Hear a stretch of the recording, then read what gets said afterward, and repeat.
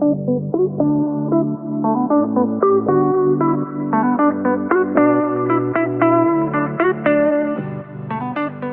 everyone, and welcome to the WTD podcast. My name is Kyia Mochitani, and I'm your host for today's episode. Every episode, it'll be me right here. So, as you know, it's not the normal setup. It's looking a little different around here. I'm actually in Boise, and I really quick wanted to tell you about this freaking awesome guest I have right next to me. She's been my childhood friend since literally before I can even remember. At 6 years old. Literally, years old. we would play soccer when we were little menaces, and I think her story is just so compelling, and I think you will gain so much and learn so much, not even just about Jamie, but just about like life in general. And maybe this can like change your perspective on other people's lives, because she's been through, I literally can't imagine, I can't even imagine like all the stuff that you've been through. Like, she's 19 years old and has been through so much. And so let's stop talking, Kyia. Jamie, tell us about your life. I guess before anything major happened. Tell me about your life, and then bring us through like the biggest life altering, threatening thing that's happened. So take it away. Here you go. Ooh, yes, I have the microphone. Okay, so I'm 19 years old. I have a twin sister. I have an older sister, and then I obviously still have two parents. But I grew up super happy and healthy. Never had any health problems. Was really active throughout my whole childhood. I think I played at least 2 or 3 sports at a time. And then I came to college. I moved to Texas, came to college, and then all of a sudden I just started getting sick, really sick, to the point where I had bronchitis, I think it was 6 or 7 times. And there was literally not a time my freshman year of college I was not sick. So at all colleges, they require you to have health service centers, and I was at the health service center so many times. I don't even know how many times. It was so bad. But they had told me every time that I had allergies, and I had never had allergies ever in my life. And I would literally, I remember begging them to give me an inhaler because I couldn't breathe. And she tried to tell me I had asthma, and I was like, I don't have asthma. I've never had asthma. I played sports my whole life. I never ever, you remember, I never ever had a moment where, I couldn't catch my breath, you know? And so I would just literally keep revisiting once a week just to make sure I was okay and whatever. And they would give me antibiotics, and then I'd be fine, and I would go off the antibiotics, and then a week later I would be sick again. So it was kind of just really upsetting cycle of I'm never getting better. No matter what I do, I'm never getting better. And so one day I went to the health service center, and I was just really sick, and they had just totally dismissed it again. So I ended up driving to an urgent care in Boise, and I was here, and everything was fine. And I literally felt like I got hit by a bus. I was so sick, I couldn't breathe. Every part of my body just literally felt like it was shutting down. And they ran a bunch of tests on me, obviously, and she came back in the room, and the doctor was like, yeah, you have the bird flu. And which is I've literally never heard of it. It sounds like it's something from the 1700s. It literally sounds so unrealistic. And she was like, yeah, you have the bird flu. This is the first case I've seen of it in 2 years. This makes sense to why you feel so crappy. This is a really bad sickness. And so I was like, okay. So they gave me literally I think they had given me 4 different prescriptions at that doctor's appointment. And I had went home that night, and I still just really was not feeling good. I ended up literally laying on an air mattress in my living room, and my roommates were around me and stuff like that. And I literally just I had never felt worse in my entire life. I was so sick, and I was looking around, and I literally just was so weak. I couldn't do anything on my own. I was laying down on my side, and just had my arms over my face. It hurt so bad. And I was calling my parents, and I was calling everyone, because I literally just gone to the other doctors right before, you know. So I wasn't thinking that it was going to be something worse than it is. Okay, I have the bird flu. That's what they're telling me it is, you know. I'm going to trust what they said. You know, they're the doctors. They gave me medication for it. The medication should be kicking in soon, and then I'll be fine. And that's just not what happened. I just like progressively got worse throughout the night. One of my friends had like decided we kind of like, they decided, I really decided, but they were like, we're gonna take you to the hospital, like this is what's gonna be best for you. And I was so worried because the hospital's expensive. Like if you're doing a walk in the hospital, it's like $300, you know. And I was like, they're gonna run all these tests, like I don't want to like spend this money. Like obviously it's not my money, but it's like, oh my god, like I just literally remember like being in the hospital so sick, but just thinking about the money aspect of it, because I was like, this is gonna be so expensive, like they're gonna have to do everything, like blah blah blah, blah whatever. Anyways, they had convinced me, which thank god they did. We had gone, and I was having like this really weird like kidney pain, and it was really weird. Like one of my roommates had her appendix rupture a couple years ago, and she was like, oh, you're like acting like how I was when I had my appendix rupture. So I was like, oh, like if I don't get that treated, like it could be really bad, you know, like it could be super bad. And so I was there, and they decided that they want to do a CT scan on my stomach. And at this point, like I was hooked up to all different machines. Like they had done the CT, they had done an X-ray, they had given me more meds. Like I was like, and I literally just told Kai about this, like I was on 12 different kinds of meds. Like I was there, but I wasn't there. Like, you know, when people are talking around you and you're super tired, and it was 4 a.m. Like it was 4 a.m. Like I was exhausted. Yes, I was so tired, and I was so sick. So like obviously when you're sick, like you're even more tired, you know. And the doctor had literally came back in like 3 hours after the scan. Like it had been so long. And so me and Taryn are like sitting in the hospital room, like I'm asleep on the bed, and he had came in and like woke me up and was like, okay, like you need to wake up, like I don't see anything in your stomach, but like I do see like some like a mass in your chest, like at the very bottom of your scan, because like when they scan your stomach, you know, like obviously it's gonna get your whole abdomen and then like a little part of like your chest. And he had said, I see a mass in your chest, and he was like, you know, it's not like emergent, just go get it checked out as soon as you can. And I was like, okay.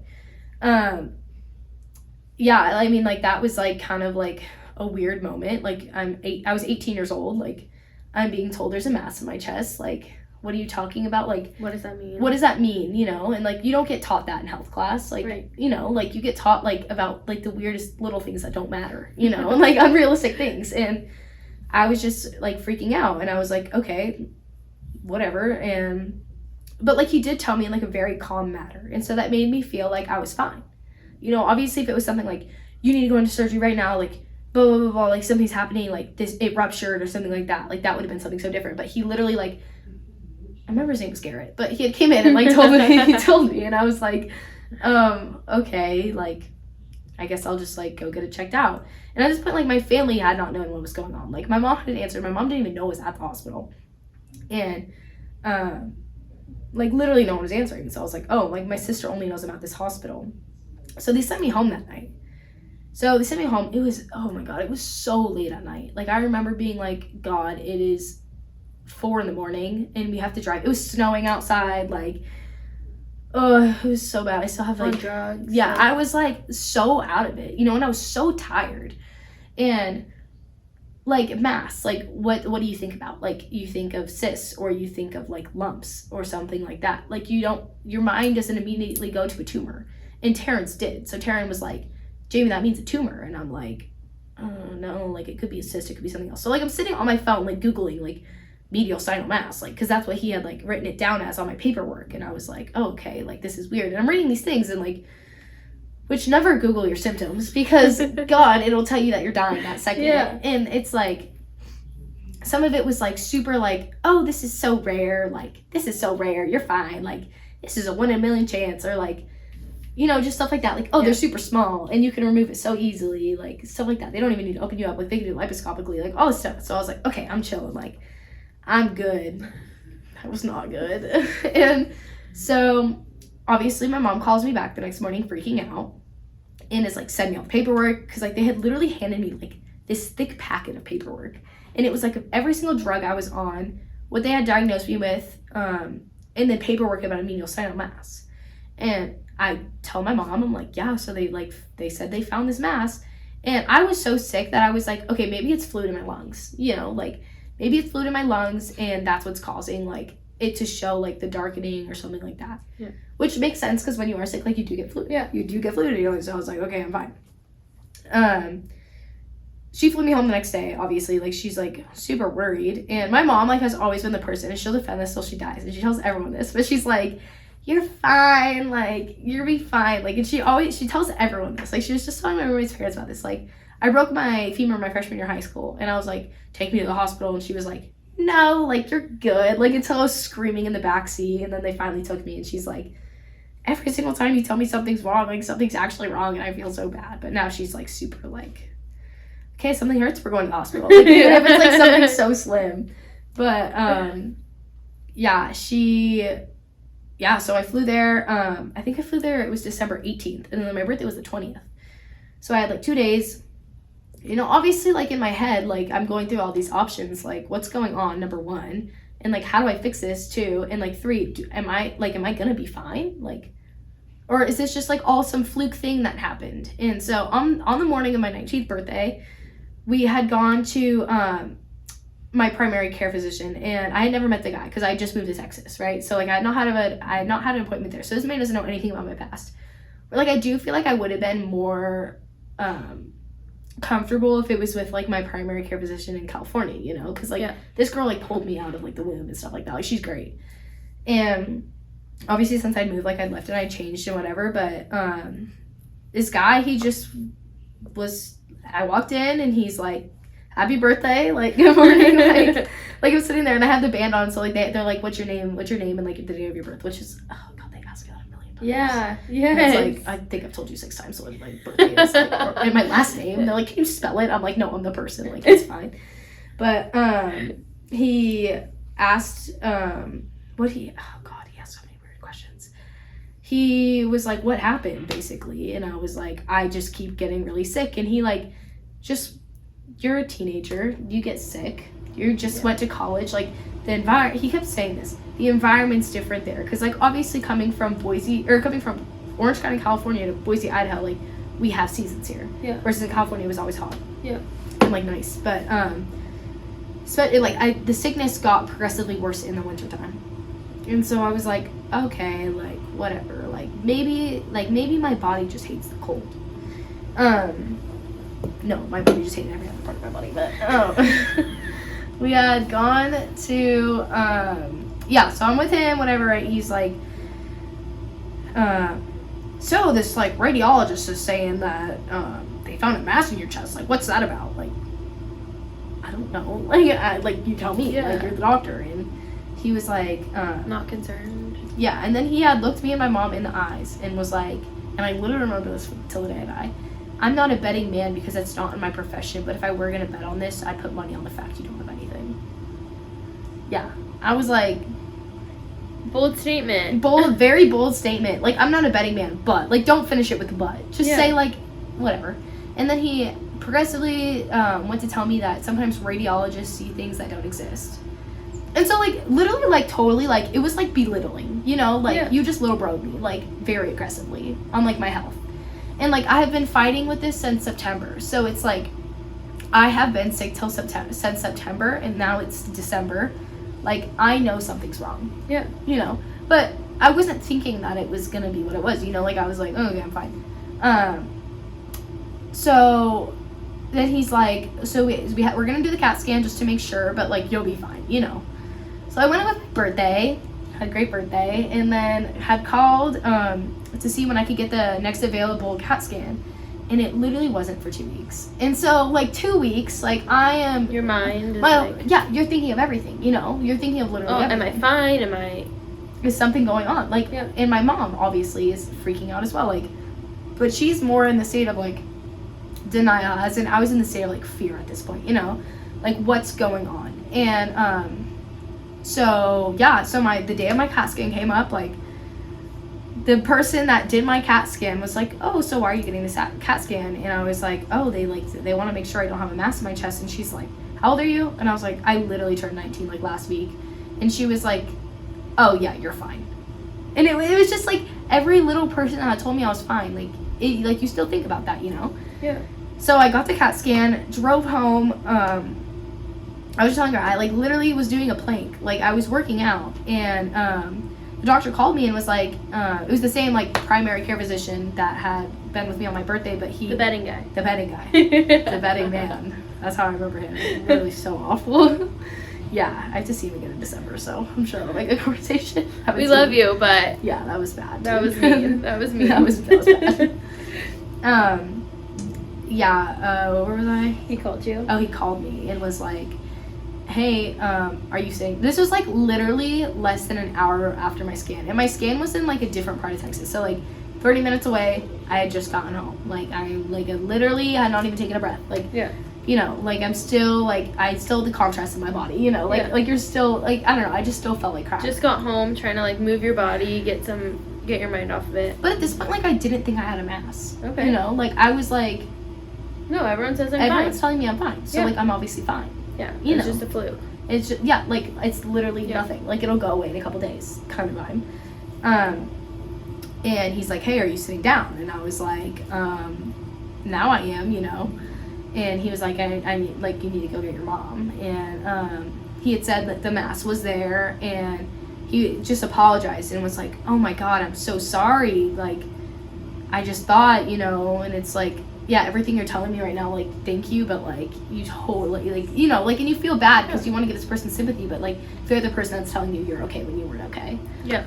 And belittling you, making you feel like you're crazy. Yeah, and it's like no one wants to feel like that, especially like when something was happening like that. You know, like I was so sick. I was so sick all the time. Couldn't move, couldn't carry anything. Yeah, like it was the weirdest thing. It was literally the weirdest thing. I've never seen obviously anyone else like it, but that's because no one else has what I have. But I'm so sorry, Jamie. There is a mass there. You need to go get a surgical consultation right now. And so I was like, okay. Like at this point, I didn't know where the mass was. I had no idea how big it was, and I didn't know if I was gonna have to get operated on. So like literally, like you go through all these questions in your mind, and you're like, okay, like what's going on? And they had sent me like the written description of everything, but like it didn't have the size still or anything like it. It just said that the mass existed and the mass was there. And so I'm literally sitting there, like, on my phone, and I'm, like, Googling, like, all the weird words that had been said in the letter thing. Because, like, I don't know science like that. Like, it's giving me all these weird names, you know, like mediastinal and, like, just stuff I had no idea about. Yeah. And, so then, I don't know how close it was to that. But I know I booked his next middle appointment. And I went, and then I walked in, and he pulled up my scan and was just like, looked at it, like looked at me, and just went, wow. And I kind of just knew, like, I was done for at that point. Like, if a doctor's looking at you and telling you, wow, like, that's, and you can physically see it, like, the image, like, oh my God, there literally is something. Yeah, no, exactly. And you have to find it, like. Yeah, and he had taken, I guess, like, you can measure it on your cursor or whatever. Uh-huh. And so, like, he was just measuring it to see and, like, stuff like that. And I remember being like, where is it? Because, like, I can't read a CT scan, you know, like, I don't know. And I need to show you my CT scans after this, too. I want to see it. They're something else. I want to see it. Yeah, it's crazy. I saw her, too. Well, we'll finish the story. Yeah. Go ahead. You're like, Never mind. He just like was like, you need to get surgery right now, and was like, I had told her, I was like, he had given me two choices. At this point we didn't know if it was cancerous or not, which thank God it ended up not being, but he had said like, so you have two options. One, I can do a biopsy on the tumor, and if it's cancerous we could start chemo and radiation. And like hearing that as like a 19-year-old girl, like I literally I wasn't even crying at this point because I was just like pure shock. And then my mom is sitting there, she's looking at me like what are we doing, you know? And I was like, what's going on? Like, this is this my life? Yeah, like is this actually how will like, this change my life in the future? Like what? Yeah. Like there's so many thoughts. Yeah, and so I was like, okay. And then he's like, and the second option is we can crack your chest from the front and we can just try to take it all out. I don't know if I could take all of it out because of the position of it. So I was like, okay, second option please. Which thank God I didn't have to go through a biopsy for no reason because that looks awful. Yeah. Like, he explained it to me, like, in the way that he didn't want me to get the biopsy, you know, like, he was like, it's a really big needle, and they, you know, like, talking to me, like, you know, how you would talk to someone that doesn't want something. Yeah. And, he was like, any questions? After he just, like, literally ruined my life, you know, like, someone's sitting there, and they're like, yeah, so you have this ginormous tumor in your chest, and, we're gonna have to do surgery now. And then he's like, any questions? And you're like, yeah, I have a million. But, like, at that point, I couldn't think of anything, you know? Like, I'm like, so many things are going through my mind. I don't know what's going on. And so then God, what happened after that? I went into the scheduling room and scheduled a surgery for 48 hours after that. So, literally found out, like, how big the tumor was, where it was, like, everything like that 40 hours before I had my surgery. And then... So, explain those 2 days. So, after that appointment... I went home. You went home, and how are you feeling? Like, you're going into surgery. You know what I did when I went home? What? I went home and I took all my acrylics off. Because I just got my nails done for my birthday, and they told me I couldn't have my nails done. So I'm sitting there, not even thinking about what's going to happen to me. And picking all my nails off. And then I look up the procedure, and I was like, oh, this is what I have to get done. Which he had told me, like, this is gonna suck. Like, you are going to get every bone in your chest broken, and we're gonna crack you from the front. Like, rib spreaders, you're gonna get a chest tube, like, you know, like, everything. Like, you're, like, literally, I'm sitting there listening, and I'm like... This is, like, what you see in the movies. Yeah, They're, this like, is what you see in like, Grey's Anatomy. Yeah. Like, literally, Grey's Anatomy. And, so I had then looked it up, and, I was like, oh, so, like, they're literally going to crack my chest in half, like, saw my chest in half. And then I got up, and I don't even think I don't really remember the 2 days before it, really, honestly. I just remember taking my nails off, watching the video, and then... Crying? Did you cry? I don't really remember crying. You're just like, okay, this is it. I cried in the doctor's office. When we had walked over to schedule the surgery, I was like, oh, he just said that, you know, and it processed, like, a little bit, like, even just if it's the littlest amount. And I was like, oh, that happened. Like, that just happened, you know. And, yeah, it was like, okay. So then I cried, and then I had said to him, I'm a college student, and he just looked at me and went, no, you're not. What? Yeah, and I was like, oh, okay. Because this was the, like, middle of your freshman year of college. This was, like, literally, this was winter break. So, like, literally the dead middle.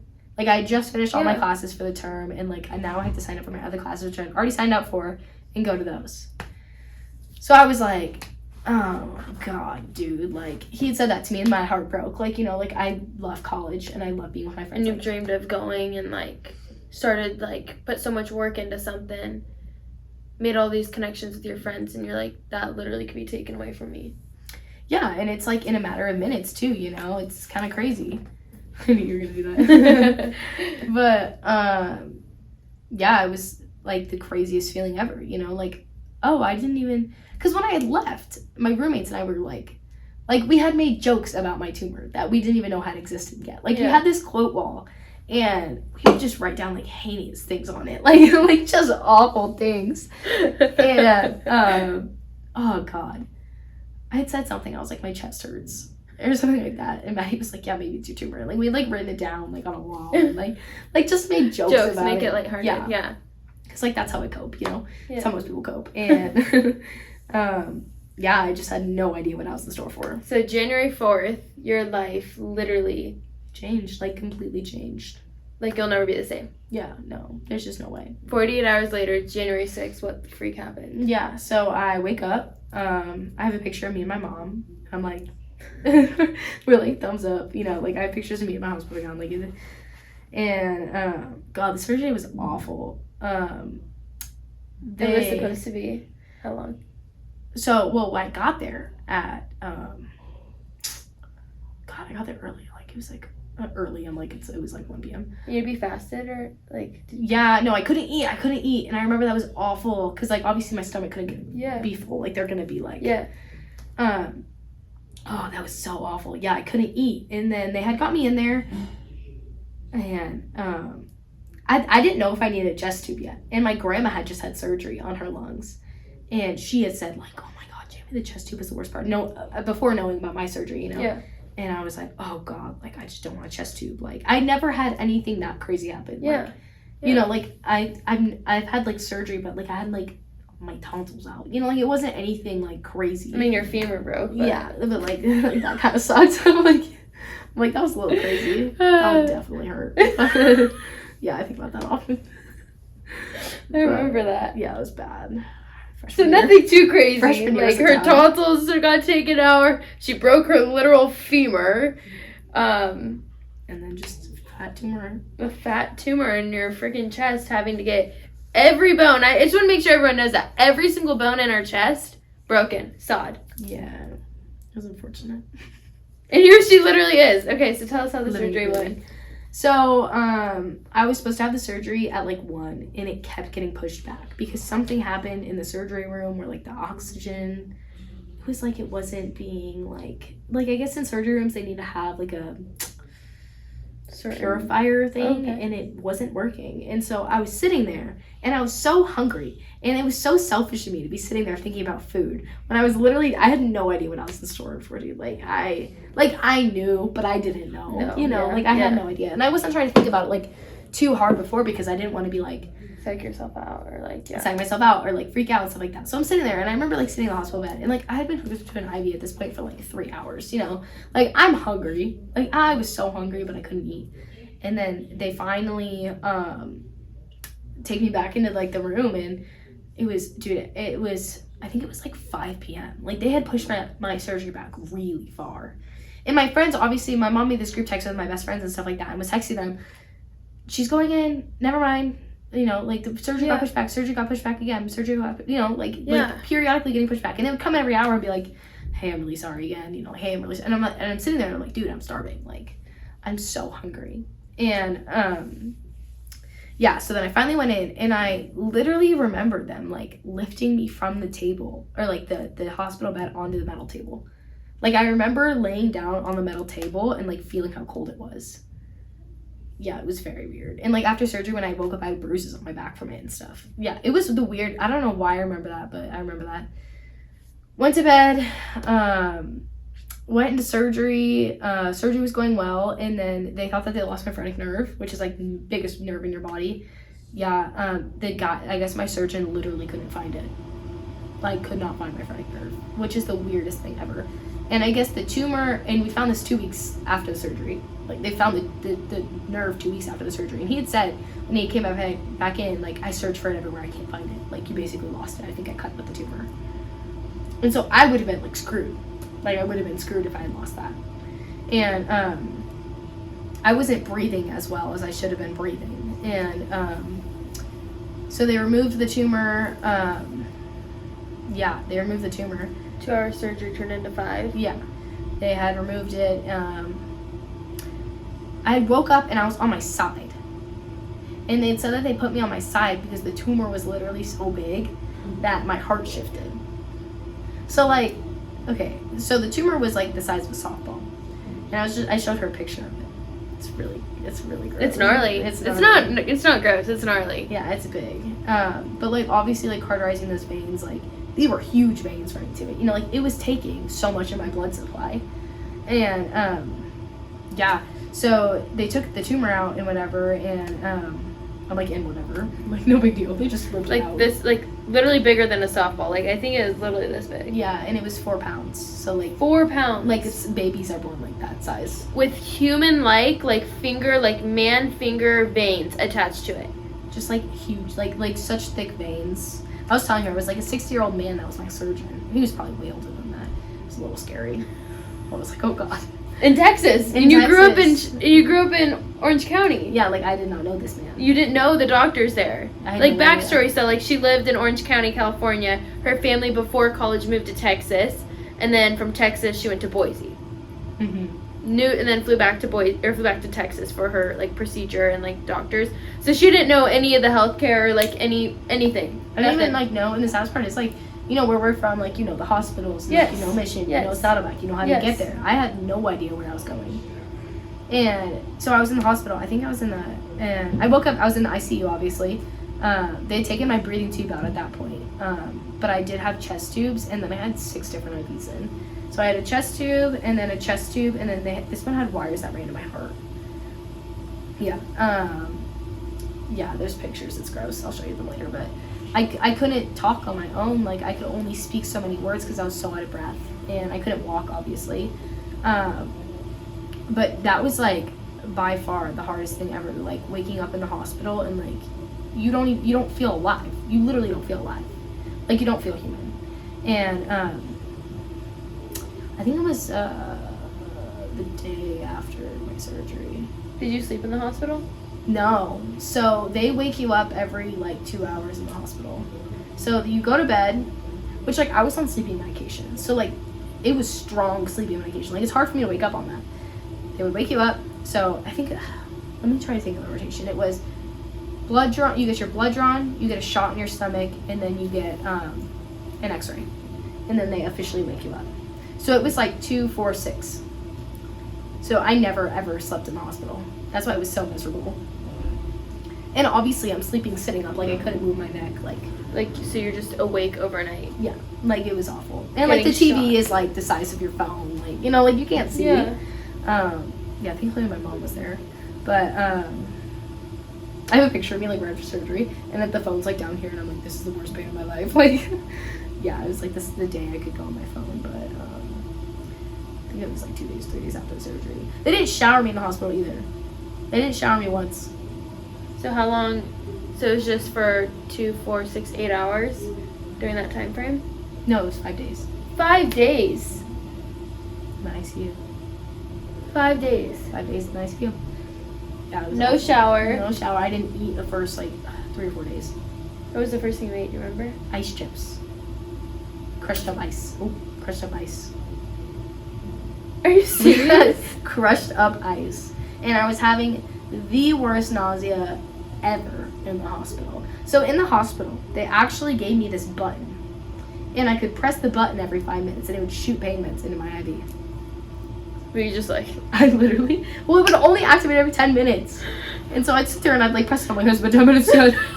Like, I'm in so much pain. I'm like, oh my god, what's going on? Yeah, that thing was a lifesaver. But yeah, like, I was on meds the whole time. And first day, this nurse comes in, or second day, this nurse comes in, and she's like, she just looks at me and goes, get up. And I was like, huh? Like, what did you just say to me? Like, get up. You have to walk. And I was like, I have to what? Like, at this point, I still had chest tubes in. I had a catheter in, which, I never get one of those.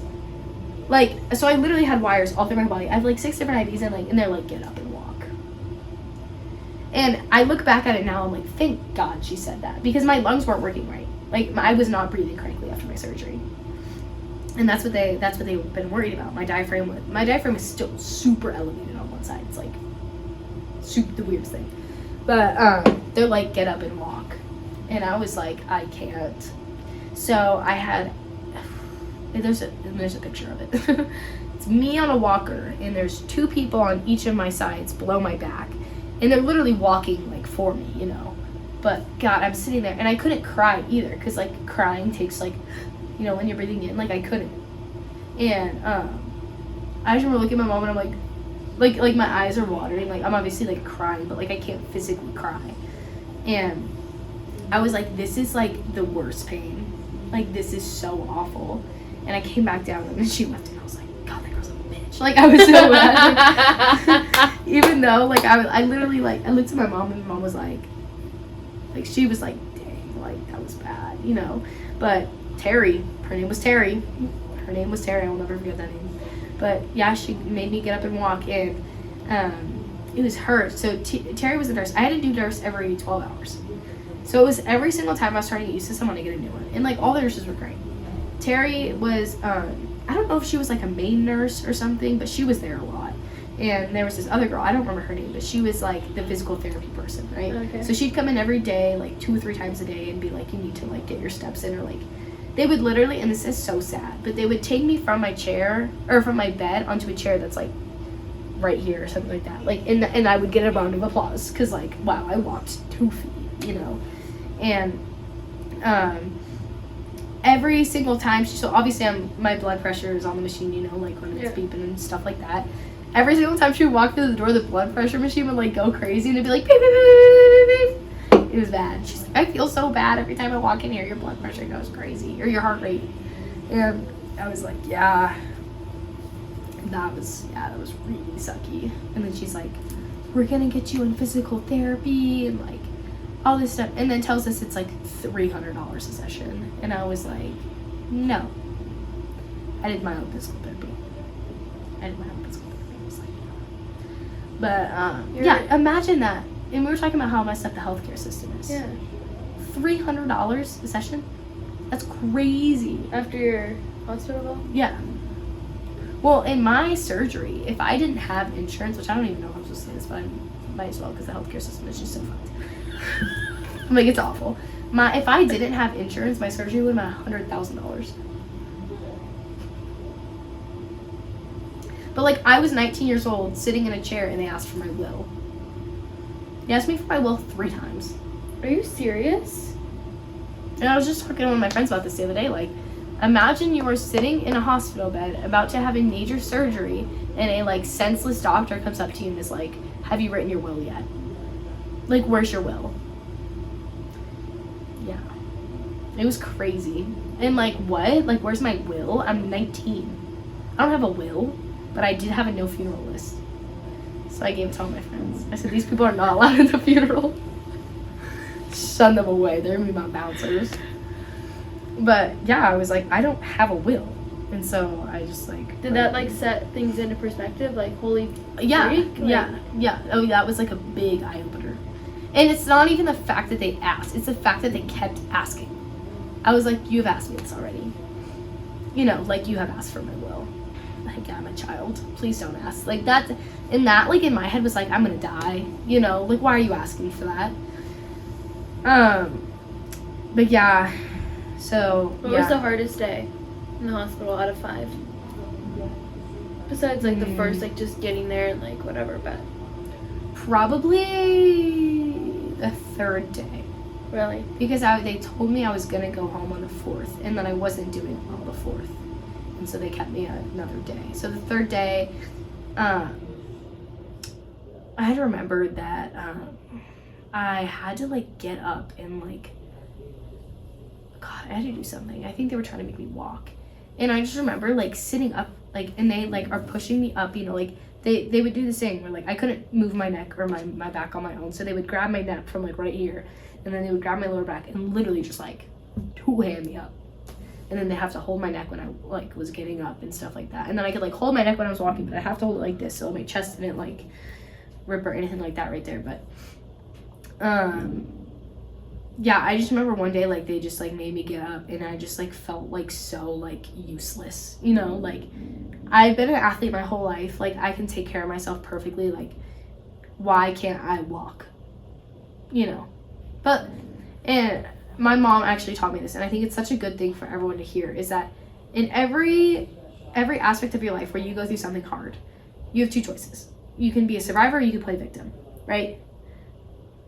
And she's always told me that, and it got so put into perspective during that, you know, like, and it got put into perspective, like, in other things that I'd gone through in my life, but I was like, I literally remember, like, one day, I'm like, no, I'm not gonna be the person that's like, this happened to me, like, my life is so hard, you know, like, I'm gonna be the person that's like, you know what, I survived this, and that's so great, and I'm gonna share my story and tell these people that, like, you might be going through something hard, but, like, there's hope. There's hope, and there's people that and you can get survive, and you will. Yeah. Yeah, and I think it's such... and I tell my friends that all the time, actually, like, when they're going through something hard and stuff like that. But I think it's such a good thing for everyone to hear.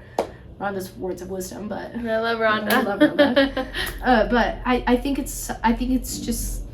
It's so simply just that. You know? Like, just those little words. You have the choice. I'm not going to sit here and plead the rest of my life to... Because, you know, there's chances it could come back. There's chances something else could happen to me.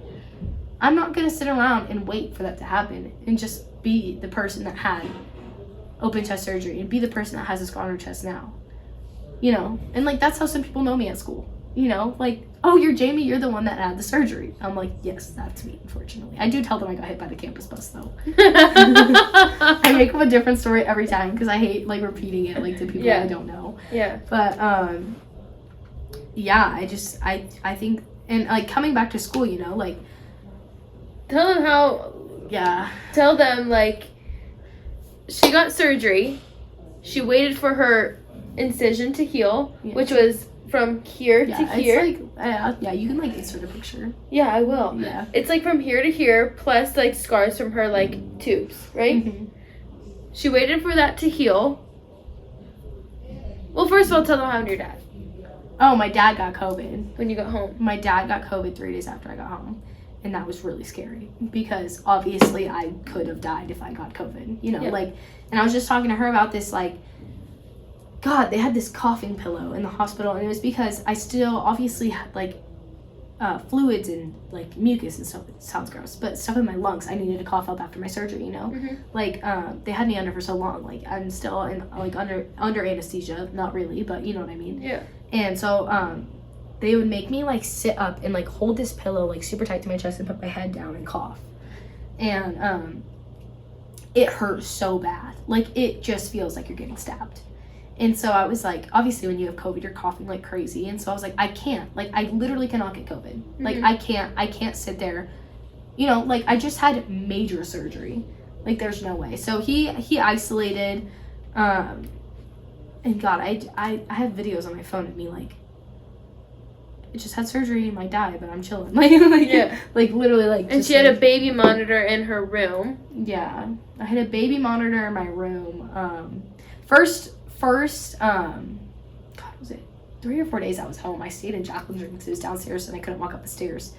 And oh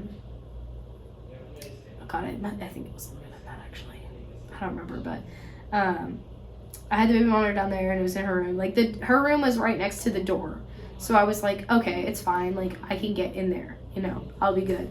And I had eventually worked up the courage, you know, to, like, get up the stairs. Which is a big deal. Which was a big deal. It was a big deal. Really big deal. But, yeah, obviously I'd help getting up the stairs. My mom was holding my hand and stuff like that. But I got up the stairs and I just went, and I just broke down. And I was like, I can't even walk upstairs on my own. Like, literally full breakdown. And I cried about it for a really long time. Because you've been an athlete, you've been active, you've been, like, always on the go. Like, Jamie's never just at home just sitting around. I never was. Yeah. Never. Like never was. You've always been doing something. You've always been on the go. So, like, that, I can't even imagine, like, the mental toughness of that alone. Oh, it was crazy. It was crazy. But, so your dad got COVID. My dad got COVID. I went up the stairs. She went up the stairs. You healed your incision. Yeah, I healed my incision. So, like, before, and you had asked me about this 2 days before the surgery, I dropped out of college. So, I got home, I dropped out of college. And that was like, wow, I just dropped out of college. And, God, I was making so many bad jokes about it. I was like, college dropout, like, like, obviously it's for, like, different reasons, but I was like, college dropout, like, go me. And you've always dreamed of going to college. Like, yeah, that was like, something you wanted so bad, you know? Yeah, and my whole life, like, I've wanted to be a therapist since 8th grade, you know? So, it was like, this isn't something I can get if I don't go to college. Yeah. Which, like, dreams change, people change, like... College isn't for everyone. College isn't for everyone. But for you, it was for you. But for me, it was for me.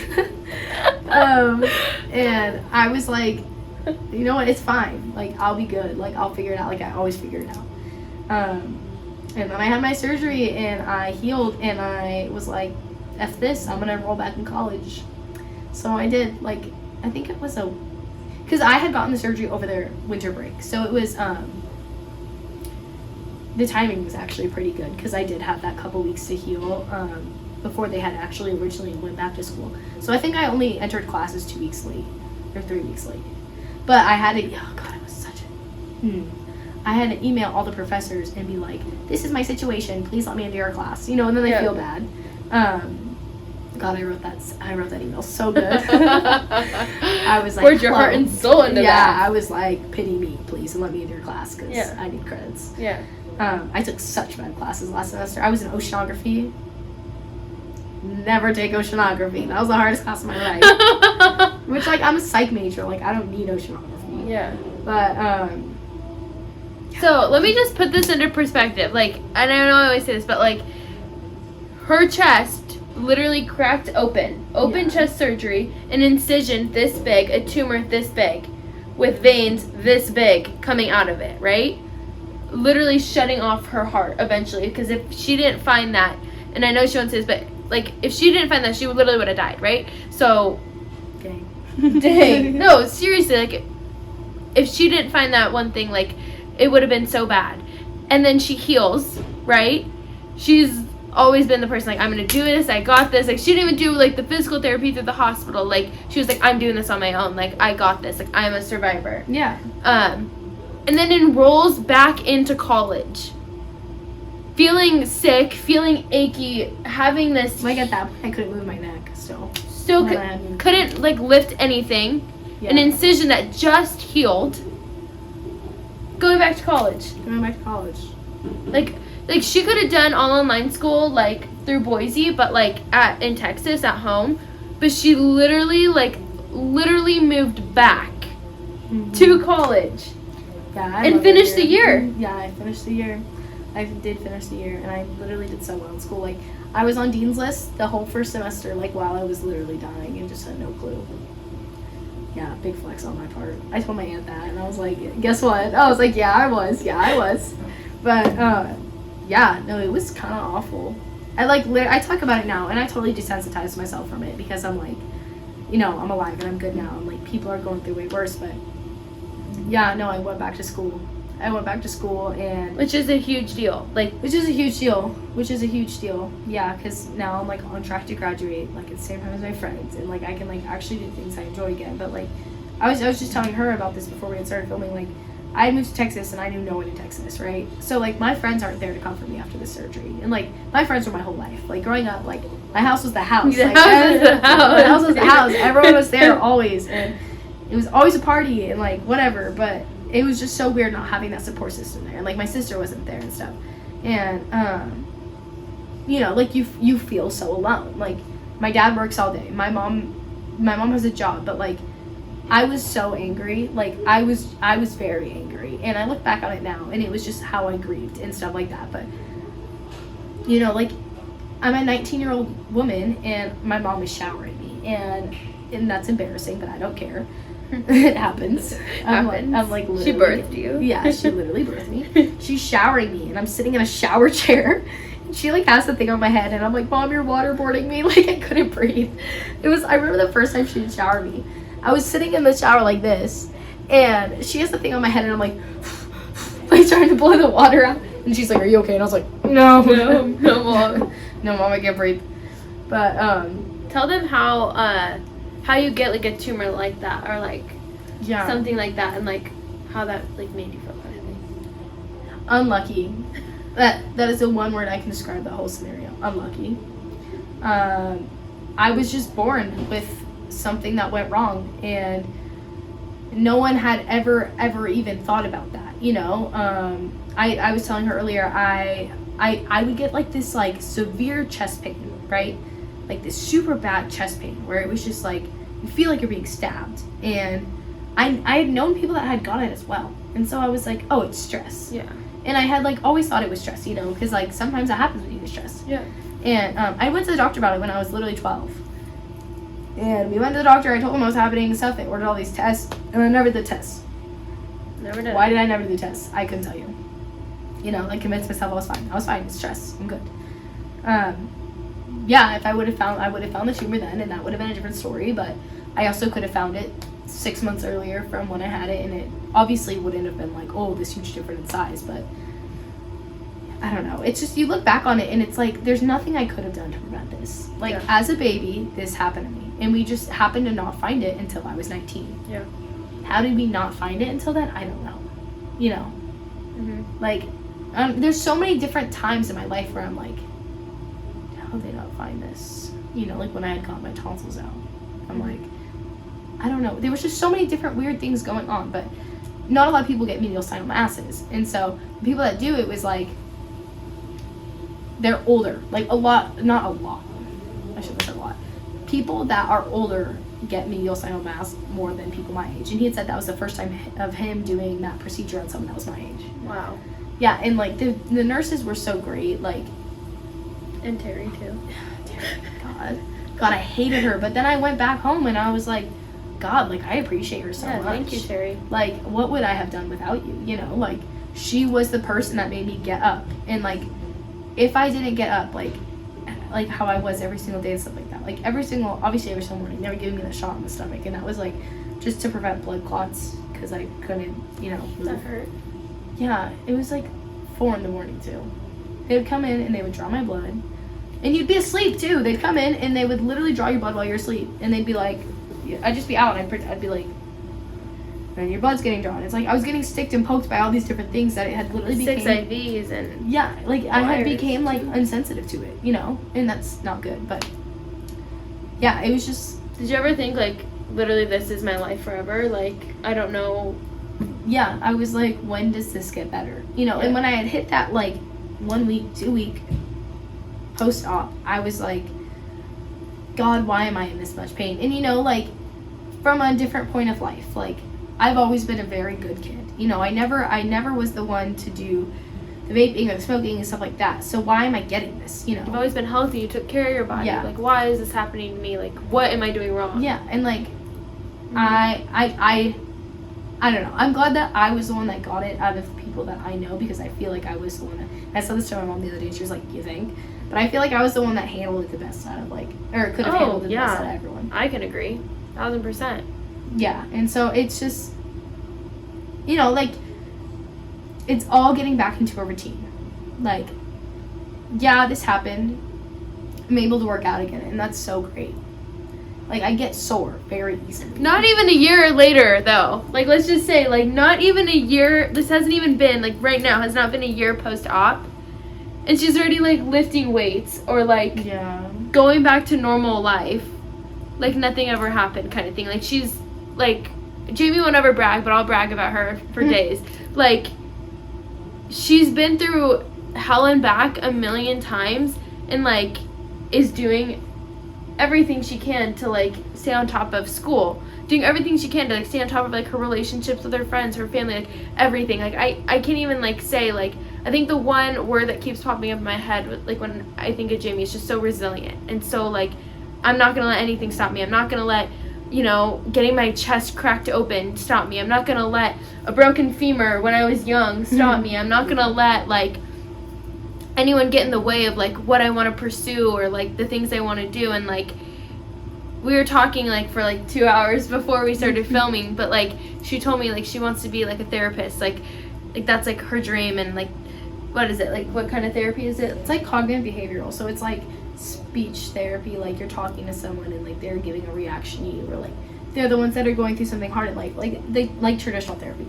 Yes. And like I think a lot of like her passion and a lot of like her message that she wants to help like young kids with is like from this. And like, oh my God, guys, like if you guys could talk to Jamie, I literally could talk to her. We could have talked for 3 more hours. We literally could have talked all night. But so now, how is like post-op 7-8 months, right? 7-8 months ish, not even a freaking year post-op. How is that? Like, I mean, I still have like those daily struggles, you know what I mean? Like I still will do things where like I'll lift my arm to put a shirt on and like you kind of get like a or like, for example, like I had started my new job in June, and 2 days into my job I was getting those really bad pains again. And I was like, oh God, like what's going on? And then my left arm like went numb, and so I was like rushed to the hospital, and they did all the scans and everything like that, and they had said I was fine, and they had said that something had happened where my rib and my lung were like physically rubbing together.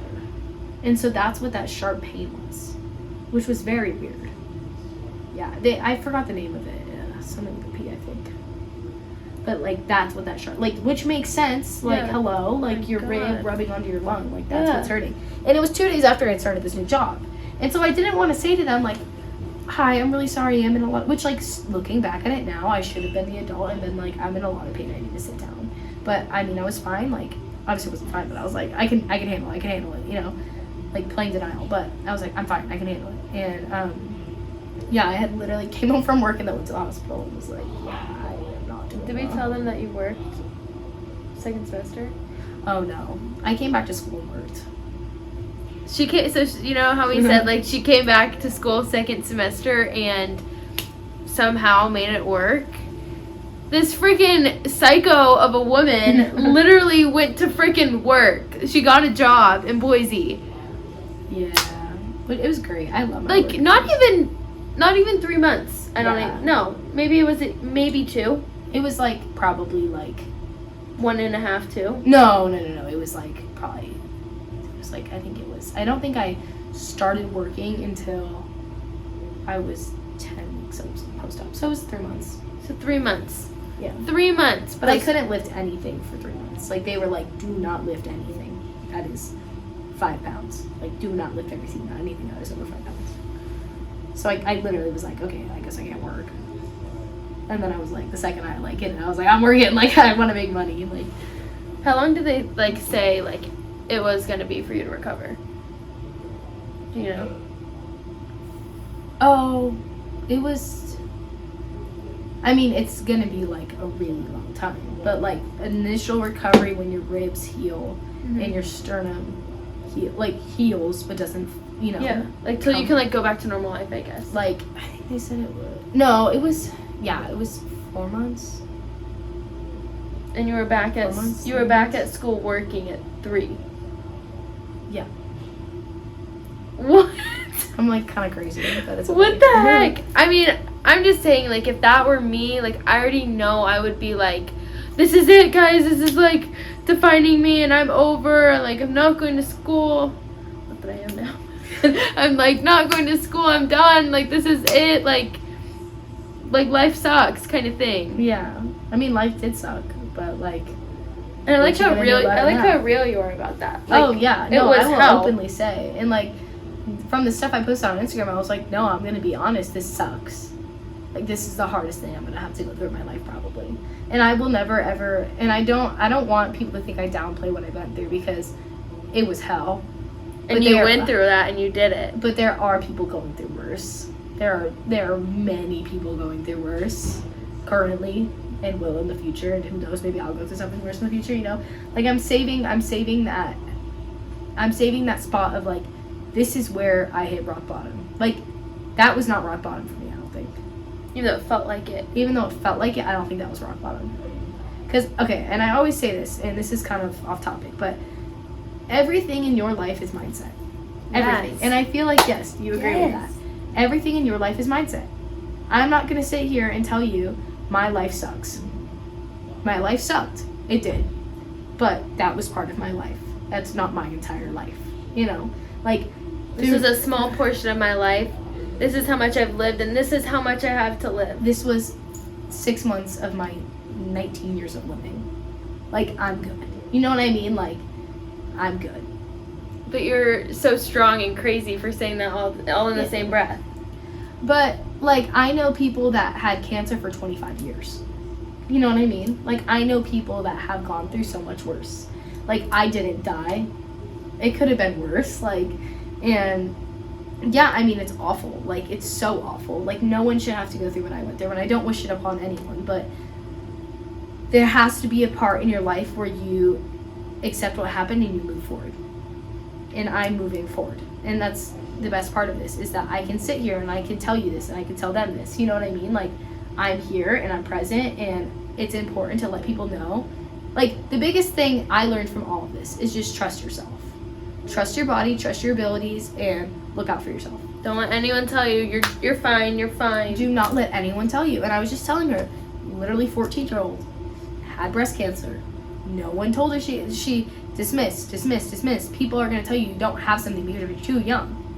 No one is too young. No one is too young.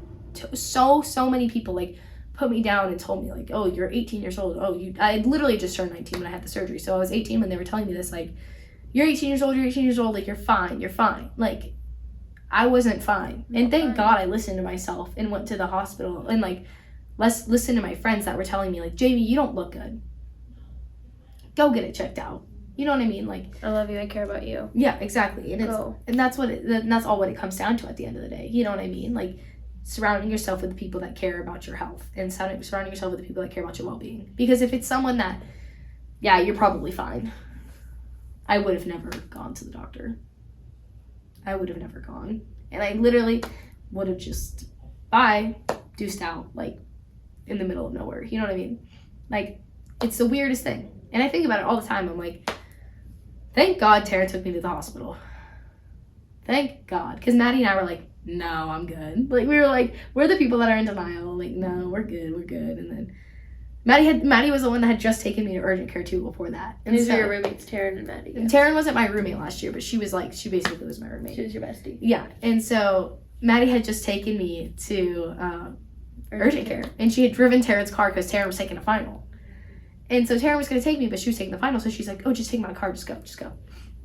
And she was the one that was there. And when they're like telling me you got the bird flu, you know, and she's looking at me like, what the hell? Like, you had the bird flu? Like, What is this, 1700s? Like, you know, like everything weird about it. And I came back and Maddie had a guy over, actually. She had a guy over and, oh God, it's so funny. We laugh about this all the time. Someone had texted her, and it obviously wasn't me, but it was someone in the room, and they were like, Maddie, we need to take Jamie to the hospital right now. Like, kick Noah out. And so she, like, told him, she was like, yo, I gotta go. Like, I gotta. And we think it's so funny now, because it's like. Are you guys friends with Noah? No, we don't talk to Noah anymore. We just think about him sometimes. I don't even think he knows what happened that night. Oh my God, that's funny. But it was the funniest thing. We think it's so funny. But yeah, it was such an eventful night. So it was just me and Taryn, because I was like, obviously during the times of COVID. So it was more the end of COVID, but like COVID was still really serious, especially in hospitals. So it was just me and Taryn that could go back. And Taryn's like cousin worked at the hospital. So she came up and was like, yo, what's going on? And I was like, yeah, I just feel like I'm dying. And I was sitting in a little wheelchair and I was chilling out. And then, yeah. The rest is literally history. The rest is literally history. I could cry at her story. You're freaking awesome and a half. I don't even know what to say to you. We talked for like 2 hours or so before, and so much more to her story, but this is like a big thing. Yeah. I guess like we'll end with a few questions that I kind of want to like give Jamie like her last words. So, if you could help anyone going through anything major in their life right now, like what's like the one thing that you can tell them? It doesn't have to be like just about health. It could be just like mental, physical, emotional, like one thing, which I know is I'm putting you on the spot. No, it gets better. It gets better. It gets better. 100% it gets better. I love that. Because I, have seen so many people go through these things. And like we were talking about earlier with mindset, people, they don't think it's going to get better, and it gets better. It gets better. Like, it's temporary. I'm here, and I'm here to tell you it gets better. It always will get better. If you put your mind to getting better, number one, let's say you're going through something mental, right? So many people now have mental issues, right? So many people are diagnosed with depression, anxiety, right? And we don't have like the whys to it, right? If people are able to get help and notice that they need help for that, and then look back a year later, I will promise you they tell you it gets better. That's true. Because it always will. Like, look at us, Like, we've both been through it. Like, it gets better. Gets better. And I think it's just that simple. And you're a living, breathing, literal example. Yeah, no, and I like... Like, no matter what, it gets better kind of thing. Yeah, and I try to think of life in, like, some, like, weird, simple sense of, like... it's just little things, Like, my English teacher used to say, don't be a dick. Just don't be a dick. Be nice to people. Don't be a dick. Don't be a dick. And it gets better. It gets better. So they're self-explanatory, but they mean so much. They hold so much value. You're so funny. I'm totally opposite. I'm like deep and like long. Like I'm like in the end, all is well. If not all is well, it's not the end. You're just like it gets better. We're fine. Yeah, we're gonna be good. Fine. Yeah, we will be fine. Oh my God, you're awesome. You're awesome. Is there any last words you want to say about anything? Any part of your story you missed? Anything that you wish you heard before, or any, like, whatever. Just don't let people tell you you're wrong. Listen to yourself. Trust your gut. Trust your body, how you feel. Yeah. If you believe something is wrong with you, even if there is something not wrong with you in the end, go get it checked out. Go get it checked out. Trust your gut. My gut told me for 6 months something was wrong. Why was I going back to the doctors? And why was nobody taking it seriously? Yeah. Why was that happening? Simply, why was that happening? I was trusting my gut, and I was going, and I kept going, and I kept going. And the one night I didn't trust my gut, thank God my best friend did. Thank God she did, because I would not be here if she didn't. You just gotta trust yourself, dude. At the end of the day, like, it is you, your gut, and your friends that are gonna save you. Facts. Deep stuff, but we did it. Deep stuff, but it's good stuff at the same time. If they want to read or see like pictures of your story, I know I'll like flash it on the screen. Where can they find you, Jamie? You guys can follow my Instagram. Yeah, where is it? It's Jamie, Jamie, and I think it's .Rajotte. Rajotte. I think so. But yeah, I have like Rotte, right? Yeah. Oh. Rajotte. Yeah, I was making sure. I'll put it on the screen right here. Yeah.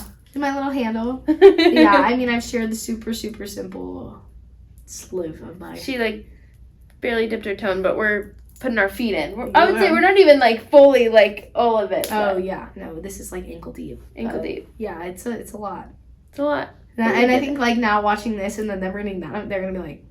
They're like, wait, what did this happen? Wait, what? Even I have people that I see at school and stuff like that, and like obviously my scar is very visible, which I know they can't see me right now, but they'll see pictures, and they'll be like, wait, that like happened? And I'm like, yeah. That happened. Or it's my favorite when the people have no idea. I just meet someone or something like that, and they're like, oh my god, I'm having your chest. I'm like, oh god, don't get me started. I got hit by the Boise bus. I literally will say that, and then they'll laugh, and I'll be like, well, I go to school for free. And you think I'm lying. You think I'm lying. Because I am. Because I definitely am lying. All right, well, anyways, guys, thank you so much for listening and allowing Jamie and I to get deep, and thanks for listening to Jamie's story, because holy cow, it's literally life-changing. It's a good one. It's a good one. It's a good one. And you're barely getting started. Barely. Just barely. Still 19, baby. Anyway, this podcast is for the dreamers, the doers, and the go-getters. I love you guys so very much. Have the best day ever. Mwah!